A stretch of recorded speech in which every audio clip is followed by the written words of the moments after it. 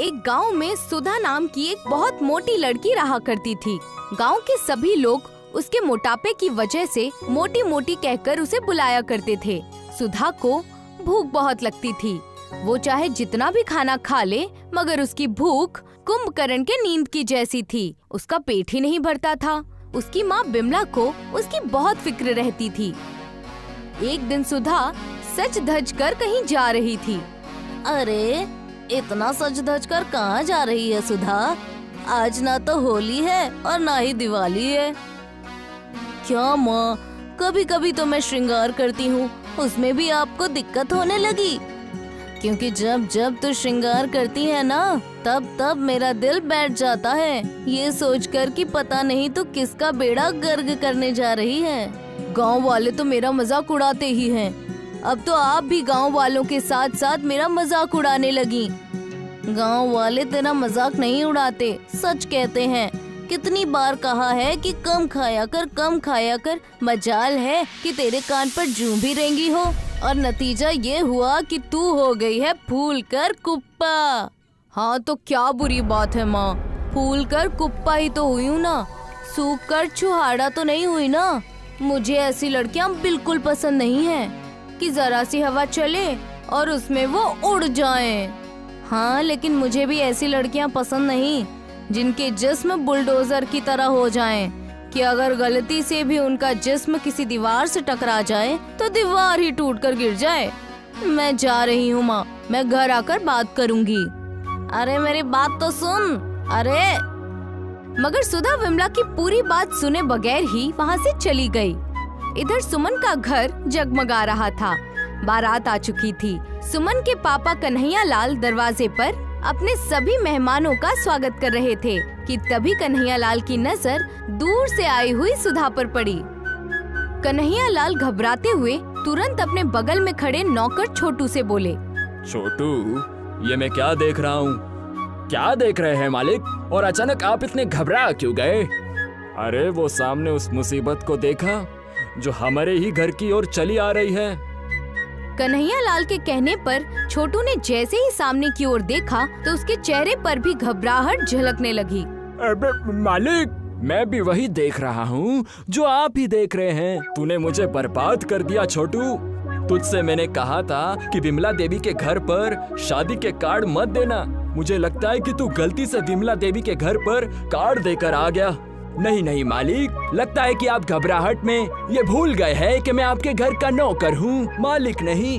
अरे छोटी मालकिन के शादी के कार्ड तो आपने और बड़ी मालकिन ने खुद मिलकर बांटे थे। ठीक कह रहा है छोटू। लगता है मेरी इस बार की बदनामी तो पक्की है। मुझे डर लग रहा है कि कहीं मेरी बिटिया की शादी ही न टूट जाए। लेकिन ऐसा क्यों मालिक? अरे बेवकूफ, सामने उस मोटी को नहीं देख रहा? सारे के सारे बारातियों का खाना खा जाएगी। जब बाराती भूखे लौटेंगे तो जाहिर सी बात है मैं कहीं मुंह दिखाने के काबिल नहीं रहूंगा। तभी सुधा कन्हैया लाल के करीब आकर खड़ी हो गई। नमस्ते अंकल जी, सुमन ठीक तो है ना? हाँ, बिल्कुल ठीक है सुमन। सुमन को क्या हुआ? अरे उसकी अभी शादी होने वाली है। नहीं, मैंने इसलिए पूछा कि आपका चेहरा कुछ घबराया हुआ सा लग रहा है। सुधा, तुम्हें देखकर तो बड़े बड़े सुरमाओं के चेहरे पर पसीने छूट जाते हैं। वैसे मुझे बताओ कि तुम यहाँ पर आई क्यों हो? अजीब बात है अंकल, मेरी इतनी पक्की सहेली की आज शादी है और मैं अपनी सहेली की शादी में भी ना आऊं। हाँ, लेकिन मैंने तुम्हारे घर पर शादी का कार्ड नहीं दिया था। कार्ड? कार्ड तो गैरों को दिया जाता है अंकल, अपनों को नहीं दिया जाता। जब माँ ने मुझे बताया कि आपने शादी का कार्ड नहीं भेजा तो मुझे बिल्कुल भी बुरा नहीं लगा, बल्कि मैंने तो यही कहा कि कन्हैया लाल जी को मैं अपना पापा मानती हूँ और बेटी के अपने पापा के घर ऐसे ही नहीं जा सकती। बेटी को भला कार्ड की क्या जरूरत? खैर वो सब छोड़िए, ये बताइए कि खाने का इंतजाम कहाँ पर है? कन्हैया लाल मजबूरी में छोटू की ओर देखता हुआ बोला, छोटू, जाओ सुधा को बता दो कि मेहमानों के दावत का इंतजाम हमने कहाँ किया है। छोटू सुधा को पंडाल की ओर ले गया। सुधा जमीन पर बैठ गई और छोटू की ओर देखकर बोली, जाओ जाकर जल्दी से मेरे लिए गरम गरम पूड़ी लेकर आओ। छोटू एक थाली में बहुत सारी सब्जी और कुछ पूड़ियाँ लेकर आया। अरे ये क्या है, सिर्फ इतनी सी पूड़ियाँ? कैसी बातें कर रही हो सुधा जी? अरे ये पूरे 3 आदमियों का दावत है, आप इसे इतनी सी पूरियाँ बोल रही है? अरे तुम जिन 3 आदमियों की बात कर रहे हो उनकी खुराक बहुत कम होगी, मेरा हाजमा थोड़ा अच्छा है। तभी सुधा की नजर पूड़ियों से भरी हुई टोकरी पर पड़ी। जाओ वो पूड़ियों से भरी हुई टोकरी उठा कर ले आओ। अरे वो तो बहुत सारी पूरियाँ है। जो बोला है वो करो। क्या तुम्हारे मालिक ने तुम्हें मेहमानों की इज्जत करना नहीं सिखाया? क्या तुम मेहमान को भूखा यहाँ से जाने दोगे? लाता हूँ। इतना कहकर छोटू पूड़ियों से भरा हुआ टोकरा वहाँ पर ले आया। देखते ही देखते सुधा सारी पूड़ियाँ खा गई। जाओ जाकर अब की बार 2 पूड़ियों की टोकरी लेकर आओ, और सुनो, काशी फल की सब्जी और गुलाब जामुन भी लेकर आना। वो क्या है ना, खाना खाने के बाद मुझे मीठा खाना बहुत पसंद है। और हाँ, सामने रायते से भरी हुई 2 बाल्टी दिख रही है ना, वो भी मेरे पास लाकर रख दो। वो क्या है ना कि खाने के बाद मुझे रायता बहुत पसंद है, खाना जल्दी हजम हो जाता है। छोटू पूड़ियों की 2 टोकरी लेकर आया और सुधा देखते ही देखते वो भी चट कर गई। कुछ ही वक्त में सुधा सारे बारातियों का खाना खा गई। यहाँ तक कि सुधा ने मिठाई का एक भी टुकड़ा नहीं छोड़ा। अब कहीं जाकर मुझे ऐसा लगा कि मैंने थोड़ा बहुत खाया है, अब घर पर जाकर खाऊंगी। सुधा वहाँ से चली गई। अरे मैं तो लुट गया, मैं तो बर्बाद हो गया। अगले दिन सुधा की माँ विमला बाजार में किसी काम से आई कि तभी उसकी नजर कन्हैया लाल पर पड़ी, जो अपने परिवार के साथ बोरिया बिस्तर समेटकर कहीं जा रहा था। अरे नमस्ते कन्हैया लाल जी, अपने परिवार के साथ सारा सामान लेकर कहाँ जा रहे हैं आप? जी अजी कहाँ जाऊँगा, ये गांव छोड़ के जा रहा हूँ, वो भी आपकी वजह से। मैं कुछ समझी नहीं कन्हैया लाल जी। कल मेरी बेटी सुमन की शादी थी, आपकी बेटी सुधा बगैर बुलाई वहाँ पर आ गई और सारे बारात का दावत खा गई। आपको पता है, सारे बारातियों को भूखा वापस जाना पड़ा। लड़के वाले तो शादी तक से इनकार करने लगे, ये बोलकर कि मैं बारातियों को ठीक से दावत भी नहीं दे पाया।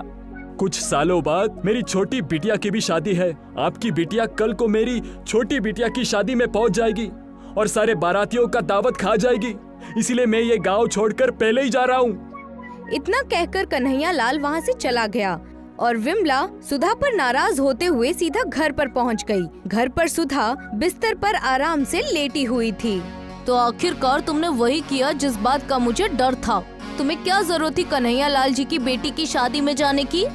तुम्हें पता है, तुम्हारी वजह से कुछ देर पहले मुझे बाजार में कितना बेइज्जत होना पड़ा। बेचारे कन्हैया लाल जी कितने अच्छे आदमी थे, तुम्हारी वजह से वो गांव छोड़कर जा रहे हैं। अब मैं क्या करूँ माँ, जब भी गांव में कहीं शादी होती है तो मेरी भूख दुगनी हो जाती है और मैं खुद के ऊपर कंट्रोल नहीं कर पाती। कितनी बार कहा है कि अपना ध्यान खाने के अलावा कहीं और लगाओ, लेकिन नहीं, घूम फिर कर तुम्हें बस खाना ही नजर आता है। मैंने सोच लिया है तुम्हें आज से काम पर भेजूंगी। काम पर भेजूंगी से क्या मतलब है? बिरजू हाथी वाले के यहाँ पर 4 हाथी पले हुए हैं। तुम आज से वहाँ पर जाओगी। दिन रात जब वहाँ पर भागा दौड़ी करके जब उठा बैठा करोगी ना, तब तुम्हारा वजन अपने आप कम हो जाएगा। और बिरजू को मैं ये बोल दूंगी कि वो तुम्हें सुबह से लेकर शाम तक बिल्कुल भी खाना ना दे।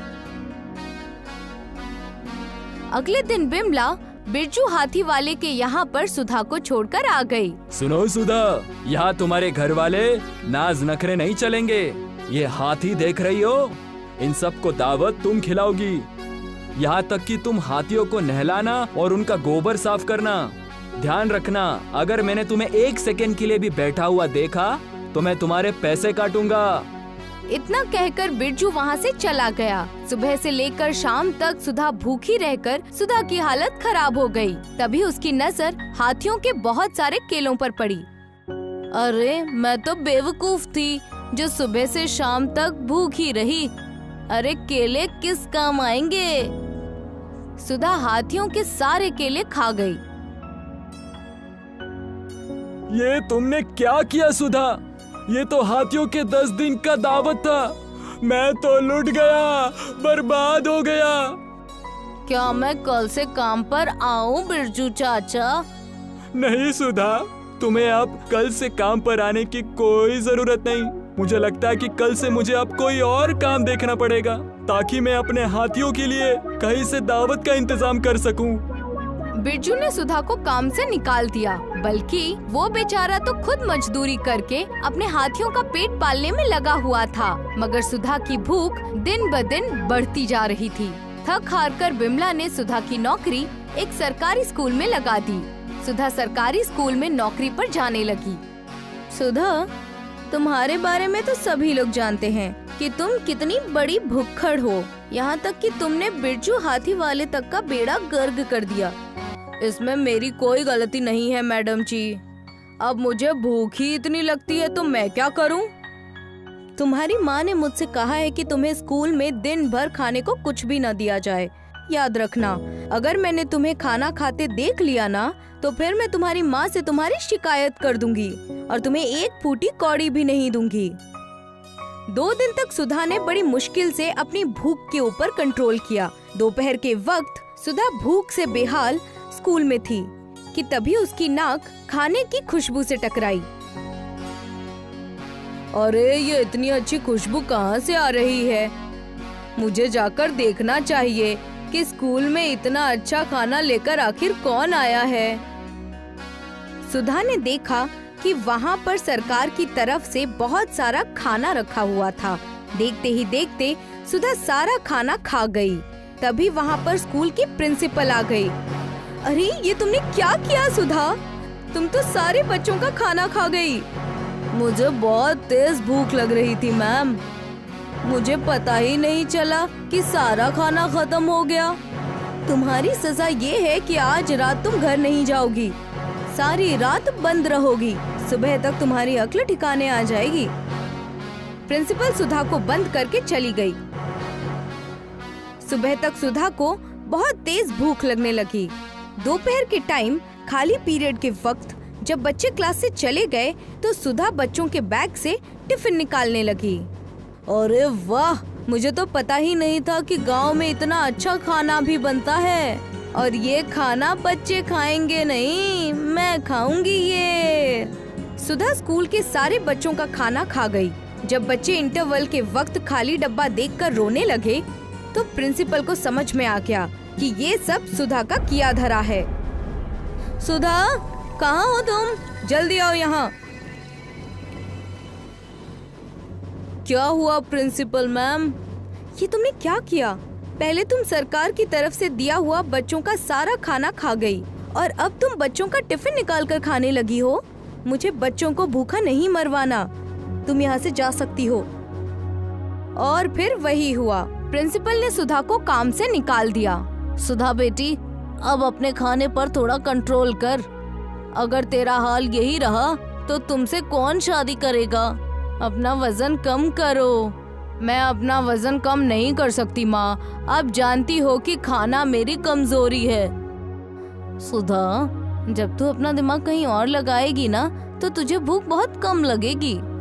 मगर हमेशा की तरह सुधा ने अपनी माँ की बात पर ध्यान ही नहीं दिया और एक दिन अचानक सुधा बेहोश होकर गिर पड़ी। इत्तेफाक से उस दिन बिमला के दूर के रिश्तेदार अज्जू चाचा वहाँ आए हुए थे, जो कि एक जाने माने वैद्य थे। सुधा की नब्ज देखकर अज्जू चाचा मुस्कुराते हुए बिमला की ओर देखकर बोले, ये क्या बिमला जी, आपने मुझे पहले क्यों नहीं बताया कि सुधा को ज्यादा दावत खाने की बीमारी है? ये कैसी बातें कर रहे हैं? लोग कम खाते हैं इस बीमारी के बारे में तो सुना था, लेकिन ऐसा पहली बार सुन रही हूँ कि ज्यादा खाना खाने की भी बीमारी होती है। ये हकीकत है। जिस तरह इंसान को भूख ना लगने की बीमारी होती है, ठीक उसी तरह भूख ज्यादा लगने की भी बीमारी होती है। सुधा बेचारी इस बीमारी की शिकार है। तो फिर आप मेरी बेटी का इलाज कीजिए। अज्जू चाचा, आप नहीं जानते कि मुझे इस खाने की वजह से कितनी शर्मिंदगी झेलनी पड़ती है। फिक्र मत करो, मैं आ गया हूँ ना। देखो कुछ ही महीनों में मैं तुम्हारी बेटी को बिल्कुल दुबला पतला कर दूंगा। कुछ ही वक्त के बाद सुधा को होश आ गया। आज से तुम्हारा इलाज मैं करूंगा सुधा। जब भी तुम्हें कभी भूख लगेगी, तुम दावत नहीं बल्कि मेरी जड़ी बूटी खाओगी। मैं ये सब कुछ नहीं कर पाऊंगी चाचा। तुम्हें करना होगा बेटी। कुछ दिन तक तो सुधा बिल्कुल ठीक चली। अज्जू चाचा को लगा कि सुधा बिल्कुल ठीक हो गई है, तो एक दिन गांव की बारात में अज्जू चाचा सुधा को लेकर गए। यहाँ पर दावत को देखकर तुम्हें कैसा लग रहा है? मुझे ऐसा लग रहा है चाचा कि सारा का सारा खाना खा जाऊं। क्या? लेकिन तुमने तो कहा था कि तुम्हें अब भूख बहुत कम लगने लगी है। वो तो मैंने आपसे अपनी जान छुड़ाने के लिए कहा था। मुझे पता था कि आप मुझे इस शादी में जरूर लाओगे। इतना बोलकर सुधा शादी में मौजूद सभी बारातियों का खाना खा गई। अज्जू चाचा बेहोश हो गए और सुधा मुस्कुराती हुई अपने घर की ओर चली गई।